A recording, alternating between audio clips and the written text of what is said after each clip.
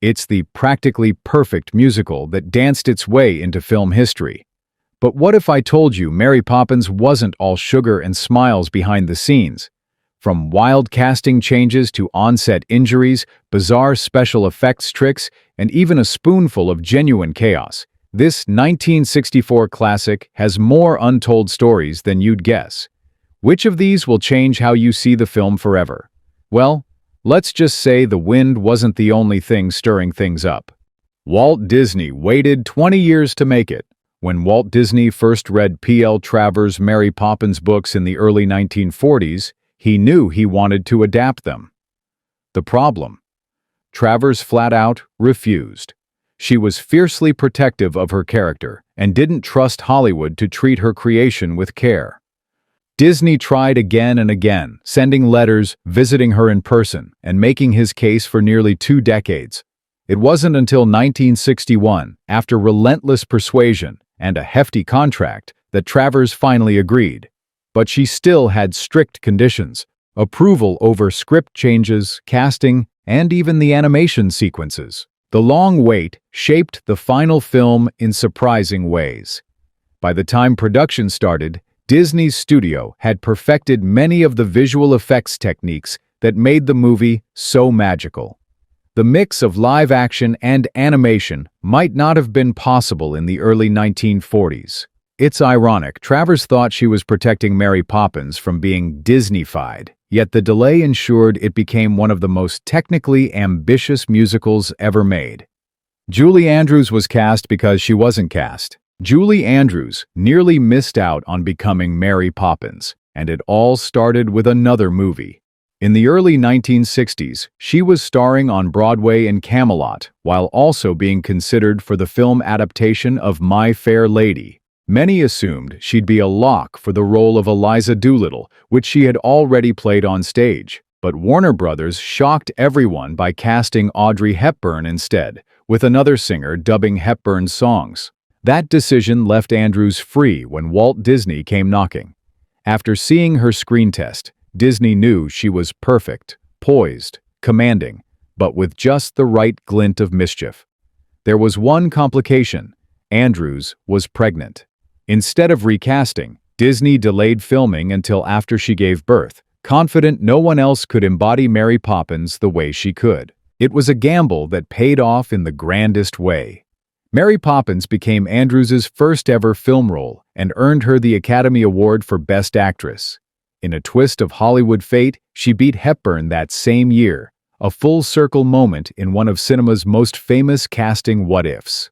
Without that initial rejection, Julie Andrews might never have flown in with her umbrella and captured the world's heart. Dick Van Dyke's accent became legendary. Ask anyone about Mary Poppins, and Bert's cheerful personality will likely come up right alongside one of cinema's most infamous accents. Dick Van Dyke's attempt at a Cockney accent was so far off the mark that it became part of the movie's legend. Even by the looser Hollywood standards of the 1960s, it stood out as, let's say, uniquely authentic to no one. Van Dyke later admitted he had no dialect coach during production. He simply did his best imitation of what he thought a London accent should sound like. His focus was on Bert's warmth, energy, and charm, assuming audiences would forgive the technical slip. And they did. Completely. Viewers embraced Bert for his spirit, not his speech patterns, and the offbeat accent eventually became part of the character's charm. In later years, Van Dyke good-naturedly poked fun at himself, joking about the accent in interviews and public appearances. Far from being embarrassed, he leaned into the joke, recognizing that it was one of those endearing imperfections that made Mary Poppins even more memorable. Perfect accent? Not even close. Perfectly lovable character? Without a doubt. Sometimes, sincerity beats accuracy every time. The Bird Lady's song nearly didn't happen. Feed the Birds is one of the most tender and emotional moments in Mary Poppins, yet it came dangerously close to being cut from the film. Composed by the Sherman Brothers, the song was a quiet, reflective piece that contrasted sharply with the film's other upbeat, energetic numbers. Some studio executives worried it slowed the pacing and might lose the audience's attention. Walt Disney disagreed strongly. He believed the song captured the soul of the story and the gentle, compassionate side of Mary Poppins that balanced her firm, no-nonsense demeanor. It became his personal favorite from the entire film. So much so, he made it a tradition to have the Sherman brothers play it for him on Friday afternoons in his office, just to hear its message and melody again. Thanks to Disney's insistence, Feed the Birds stayed in, and its impact was undeniable. The moment serves as an emotional anchor, giving the film a depth it might have lacked without it. It's a bittersweet pause in the magic and laughter, reminding audiences of kindness and empathy. Without that song, Mary Poppins might have been remembered only for its spectacle, missing the quiet heart that still moves viewers today. The chimney sweep dance was dangerous. The Step in Time rooftop number looks joyful and effortless, but it was one of the most physically demanding sequences in the movie. The set was filled with raised platforms, tricky choreography, and plenty of soot, actually a mix of chalk dust and other powders that got everywhere. Dick Van Dyke and the dancers performed take after take, leaping between rooftops and balancing on narrow beams. At one point, Van Dyke landed awkwardly and twisted his ankle, but kept going to avoid halting production. The sequence ended up being one of the film's showstoppers, but it came at the cost of bruises, sprains, and more than a few sore muscles. It's a reminder that sometimes the most magical scenes are built on a lot of sweat and grit.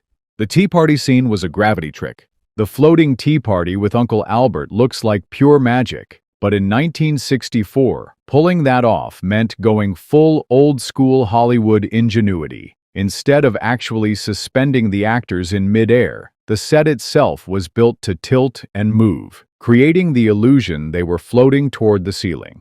Props were secured with hidden rigs, and the actors carefully timed their movements to match the camera angles. It was all about choreography. Every step and gesture had to be precise, so the float looked smooth. The end result was whimsical and seamless, but the reality was far less effortless. The actors had to fight the awkward positioning, make sure nothing looked unnatural, and still deliver comedic timing. It's a scene that proves practical effects can have just as much charm as anything CGI could create decades later. The penguin dance was a last-minute idea. The now famous scene where Bert tap dances with a group of animated penguins almost never happened. In the early stages, the sequence was planned as a simple animated cameo, something light and charming, but far from a showstopper. Then Walt Disney watched the rough concept and immediately saw the potential for something much bigger. He turned to animator Ward Kimball, one of Disney's most inventive talents, and told him to push it further. Kimball and his team went all in, designing a full tap routine that had to match Dick Van Dyke's movements perfectly. Every slide, shuffle, and high kick was carefully timed, with the animators studying Van Dyke's live-action footage frame by frame to sync the penguin's steps. This wasn't just technically tricky, it was groundbreaking for the time. Combining live-action and animation in such an interactive way required weeks of meticulous compositing work, making sure the characters seemed to occupy the same space naturally. The result? One of the most joyful and memorable sequences in Mary Poppins. Dick Van Dyke has often said it's still one of his favorite moments of his entire career, a scene born from a last-minute change that turned into pure movie magic. Julie Andrews' parrot umbrella really talked. Mary Poppins' parrot-headed umbrella wasn't just a colorful accessory, it was a fully functioning puppet designed to talk directly to Julie Andrews during filming. The effect was achieved with a clever combination of puppetry and pre-recorded audio. A puppeteer, hidden just off camera, controlled the parrot's beak and subtle head movements, carefully syncing them to the dialogue so it appeared as though the bird was speaking in real time. The umbrella wasn't exactly easy to work with. Its internal mechanisms and sturdy build made it surprisingly heavy, forcing Andrews to carry it gracefully while performing her lines and keeping perfect posture. Between takes, she often joked that it felt like holding a small bossy bird that weighed a ton. On screen, the illusion was flawless. The parrot's snappy remarks and cheeky personality blended seamlessly with Mary's own dry wit, making it feel like a natural part of her magical world. Many children watching in 1964 genuinely believed Mary Poppins had an enchanted, talkative umbrella. Behind the scenes, it was just another example of Disney's attention to detail, ensuring that every magical element, no matter how small, was brought to life in the most convincing way possible. The bank scene caused real tears. The dramatic moment when young Michael Banks refuses to hand over his tuppence to the bank feels incredibly tense on screen, and that's because much of the emotion was real. The scene was shot on an imposing set designed to feel cold, cavernous, and intimidating, complete with looming columns and dim lighting. Surrounding the young actors were a group of stern-faced adult performers, many delivering booming lines that echoed across the space. For the child extras, the combination was overwhelming. The intensity of the adult cast, the authoritative voices, and the pressure of filming made some of them cry for real. Director Robert Stevenson recognized the authenticity of these reactions and instructed the cameras to keep rolling. By doing so, he captured raw, unscripted moments that gave the scene an added layer of realism. In the finished film, this authenticity comes through. The children's unease feels palpable, grounding the fantasy of Mary Poppins in a moment of genuine human emotion. It's a perfect example of how sometimes the most memorable performances don't come from acting at all, but from real feelings caught in the moment. That's part of why the bank scene remains one of the film's most powerful sequences. Julie Andrews had a hidden whistle trick. In the "A Spoonful of Sugar" sequence, Mary Poppins charms a small bird into singing along with her, a moment that feels purely like Disney magic.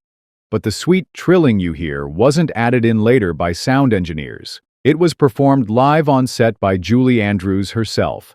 To make it work, Andrews had a custom-made silver whistle that could mimic bird calls. She kept it hidden in her mouth while performing, producing the delicate, high-pitched notes between lines of the song. This allowed her to interact with the mechanical bird in real time, making the exchange feel fluid and natural for both her and the audience. The crew recorded the live bird calls on set, then enhanced and blended them with the puppet's movements during post-production. The result was a seamless duet between Andrews and her feathered co-star, with perfect timing that wouldn't have been possible if she'd only mimed the sounds. When filming wrapped, Andrews kept the whistle as a personal keepsake, later calling it one of her favorite mementos from Mary Poppins. It's a tiny detail, but it speaks volumes about her commitment to making Mary's world feel genuinely magical in every frame. The chimney smoke wasn't smoke at all. Bert's chimney sweeps seemed to puff out perfect little clouds of smoke, but there wasn't a whiff of real smoke on set. Using genuine smoke would have been unpredictable, messy, and uncomfortable for long shooting days, especially for the dancers performing Step in Time. Instead, Disney's crew got creative, using a blend of colored chalk dust and lightweight powders delivered through hidden tubes. The trick was to make the particles swirl like smoke while catching the light just right. Strong backlighting and clever camera angles did most of the work, while fans gently pushed the dust upward to mimic a natural drift. The mix clung to everything: costumes, hair, and skin. So the makeup team was constantly brushing off the soot between takes to keep continuity intact. For the actors, it wasn't glamorous. Inhaling chalk dust was far from pleasant, and it had a habit of finding its way into eyes during big dance moves. But in the finished film, it worked beautifully. The chalk clouds danced through the air like something out of a storybook, proving that with the right imagination, even something as simple as powder can create the perfect touch of movie magic. The carousel horses were real props, not animation. When Mary and Bert leap from the carousel into a world of animated races and countryside charm, it's easy to assume their brightly colored horses are just part of the animation. But those carousel steeds were real, physical props built by Disney's set team. Each horse was mounted on a wheeled platform so it could gallop smoothly during the live-action filming. Crew members would rock the horses in sync with Andrews and Van Dyke's movements, giving the illusion of motion. This gave the animators more precise reference points for matching the actors' actions to the animated backgrounds. The craftsmanship on these props was stunning. Painted in vivid colors with intricate detailing, they had to match the whimsical style of the animated sequences while still looking tangible in real life. Their design ensured that when the footage was composited with the hand-drawn world, it all felt seamless. After filming, most of the Carousel horses were kept in Disney's archives, but a few occasionally appear in exhibitions. Seeing them up close is surprising. These weren't flimsy set pieces. They were built like works of art, blending engineering and imagination to bring one of the movie's most iconic sequences to life. The snow globe was made in a rush. The snow globe in Feed the Birds is one of Disney's most beloved props, but it came together in a last-minute scramble. The art department was told they needed an object for Mary Poppins to hold that would symbolize both comfort and melancholy. With almost no prep time, they sourced a plain glass globe from a decorative supplier. Inside, a model builder quickly handcrafted a miniature of St. Paul's Cathedral, working overnight to meet the filming schedule. The snow was made from finely shredded plastic, chosen for its slow, gentle fall when swirled in the water. Julie Andrews handled the globe so delicately on set that it survived the entire production without needing a replacement, no small feat considering its fragility. Walt Disney loved it so much he kept it in his office after filming wrapped. The scene itself became one of the most emotional moments in the film, with the snow globe serving as a perfect visual for the song's quiet beauty. For something built in a rush, it became an enduring symbol of Mary Poppins, proving that sometimes the most iconic details are born from creative pressure. Dick Van Dyke played two roles.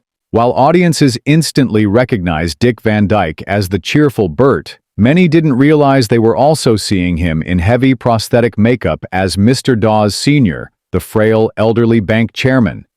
Van Dyke was eager to take on the second role, embracing the challenge of moving, speaking, and even breathing like an old man. Hours of makeup each day transformed him into someone completely unrecognizable, so much so that some audience members didn't catch on until they saw the credits.